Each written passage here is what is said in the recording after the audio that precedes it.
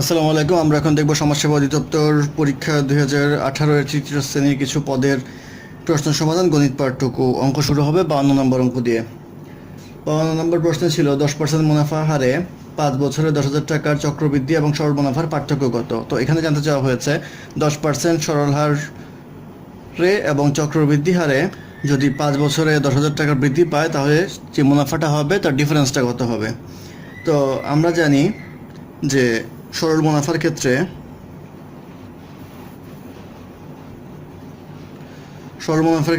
আমরা বলতে পারি মুনাফা আই ইকুয়াল টু এনপি আর লেখা যায়।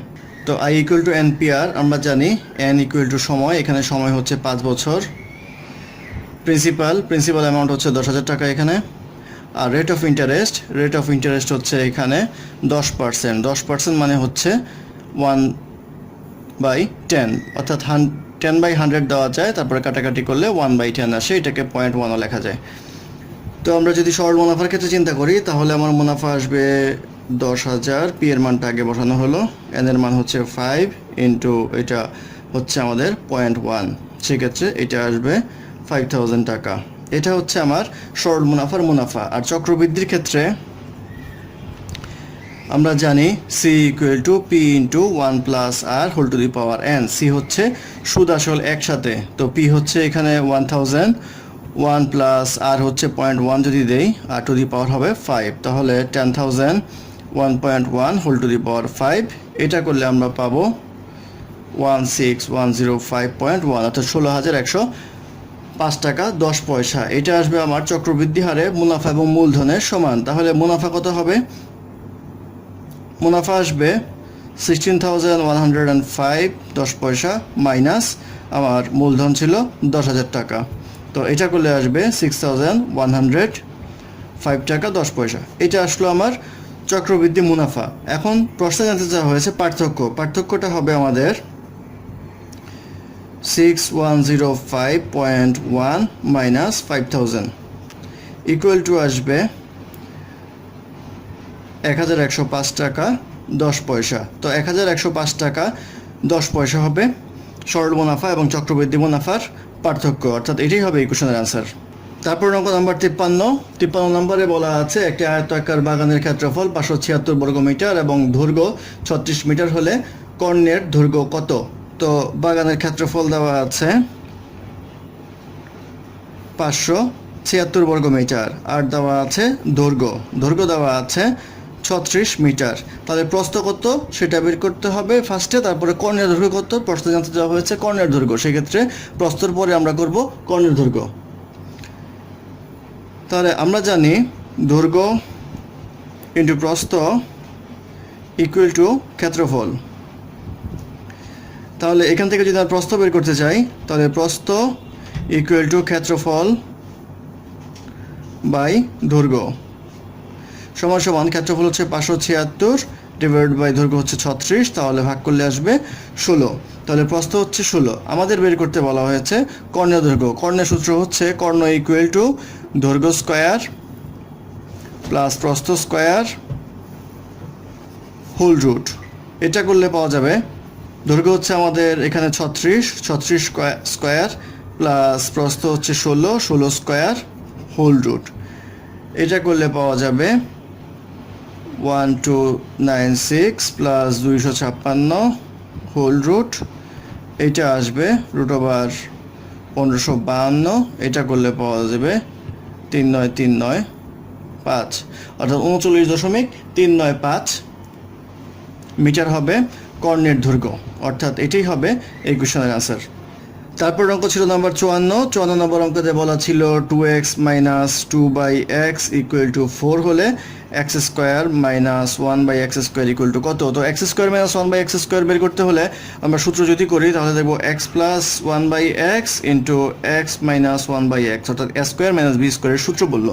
তো আমাদের প্রশ্নে যা দেওয়া আছে সেখান থেকে এই দুইটার মান আগে বের করে নিতে হবে। এটা বের করতে গেলে 2 যদি আমরা কমন নেই তাহলে পাবো x minus 1/x equal to 4 বা x minus 1/x equal to 4/2 equal to 2, অর্থাৎ আমাদের মানটা বের হলো x মাইনাস 1/x এর মানটা আমরা এখন পেলাম। তো এটা বসাতে পারবো কিন্তু আমাদের আরও লাগবে X plus one by X. তো এটা করার জন্য আমরা যেটা করব সেটা হচ্ছে আমরা জানি X plus one by X whole square equal to x minus one by X whole square plus four A B.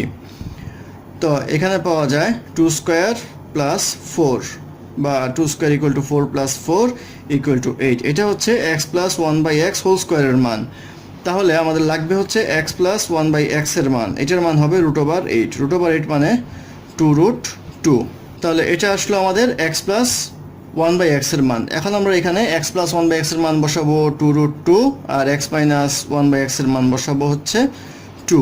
তাহলে এটা পাওয়া যাবে ফোর রুট টু, অর্থাৎ ফোর রুট টু হবে X square minus one by X স্কোয়ারের মান। এটাই হবে ইকুয়েশনের আনসার। তারপর অঙ্ক নাম্বার 55। 55তে বলা আছে সমাধান করো। সমাধান করতে হবে 10 by two x minus five plus one by x plus five equal to 18 by three x minus five. তো এটা যদি সমাধান করতে হয়, এটা সমাধান করতে গেলে আমাদের একটা সিস্টেম রয়েছে, সেটা হচ্ছে two x minus five plus one by x plus five equal to, এটা লিখবো হচ্ছে 15 by three x minus five plus three by three x minus five. এটা লেখার পরে আমরা এক সাইডে নিয়ে আসবো। এটাকে এক সাইডে নিয়ে আসলে কীভাবে আনবো আমরা, সেটা আনবো হচ্ছে 10 by two x minus five, এখান থেকে minus 15 by three x minus five নিয়ে আসলাম, অর্থাৎ এটা বাম পাশে নিয়ে আসলাম, আর three x by three x minus five minus one by x plus five, অর্থাৎ এটা ডান পাশে নিয়ে আসলাম। বা এখন যদি আমরা লসাগু করি তাহলে আসবে two x minus five three x minus five. তো এটা করলে আসবে হচ্ছে 10 into three x minus five minus 15 into two x minus five equal to, এটা করলে আসবে three x minus five X plus five. তাহলে আসবে three into X plus five minus three x minus five. তো এটা করলে পাওয়া যাবে two x minus five three x minus five thirty X minus 50 minus 30x plus 75 equal to আসবে 3x plus 15 minus 3x plus 5, আর এটা আসবে 3x minus 5 3x plus 5। বা 30x কাটা যায়, এখানে 3x কাটা যায়, এটা করলে আসবে হচ্ছে 25, এটা আসবে 2x মাইনাস 5 আর 3x মাইনাস 5 ইকুয়াল টু, এটা আসবে 20 3x মাইনাস 5 আর আসবে x প্লাস 5। তো এখানে 5 দিয়ে কাটাকাটি করলে উপরে আসবে 5 5 25, এখানে আসবে 4 5 20, আর নিচে 3x মাইনাস 5 3x মাইনাস 5 কাটা যায়, তাহলে আসবে 2x মাইনাস 5, এইটা আসবে x প্লাস 5, এটা কাটা। বা এটা করলে পাবো আমরা 4 into 2x minus 5 equal two 5 into x plus 5, বা 8x minus 20 equal to 5x plus 25, বা 8x minus 5x equal to 25 plus 20, বা 3x ইকুয়াল টু 45, বা x equal to 45 by 3 equal to 15, অর্থাৎ x এর মান আসলো আমাদের 15, অর্থাৎ 15 হবে এই প্রশ্নের সমাধান। এটাই হবে এই কোশ্চেনের আনসার। তারপর অঙ্ক নাম্বার 56। 56-এ বলা আছে একটি বৃত্তের একই চাপের উপর বৃত্তস্থ কোণ 2x প্লাস 10 ডিগ্রি এবং কেন্দ্রস্থ কোণ হচ্ছে আমাদের x প্লাস 110 ডিগ্রি হলে x এর মান কত। অর্থাৎ একটি বৃত্তের একই চাপের উপর বৃত্তস্থ কোণ 2x প্লাস 10 ডিগ্রি এবং কেন্দ্রস্থ কোণ x প্লাস 110 ডিগ্রি হলে x এর মান কত। অর্থাৎ এটা হচ্ছে আমাদের বৃত্তস্থ কোণ আর এটা হচ্ছে আমাদের কেন্দ্রস্থ কোণ। তো উপপাদ্য অনুসারে জানি আমরা, ধরেন এটা একটা বৃত্ত, এটাকে বলা হয় হচ্ছে কেন্দ্রস্থ কোণ, এবং এই চাপটা যদি ধরি এই চাপের বৃত্তস্থ কোণ হচ্ছে এই কোণটা।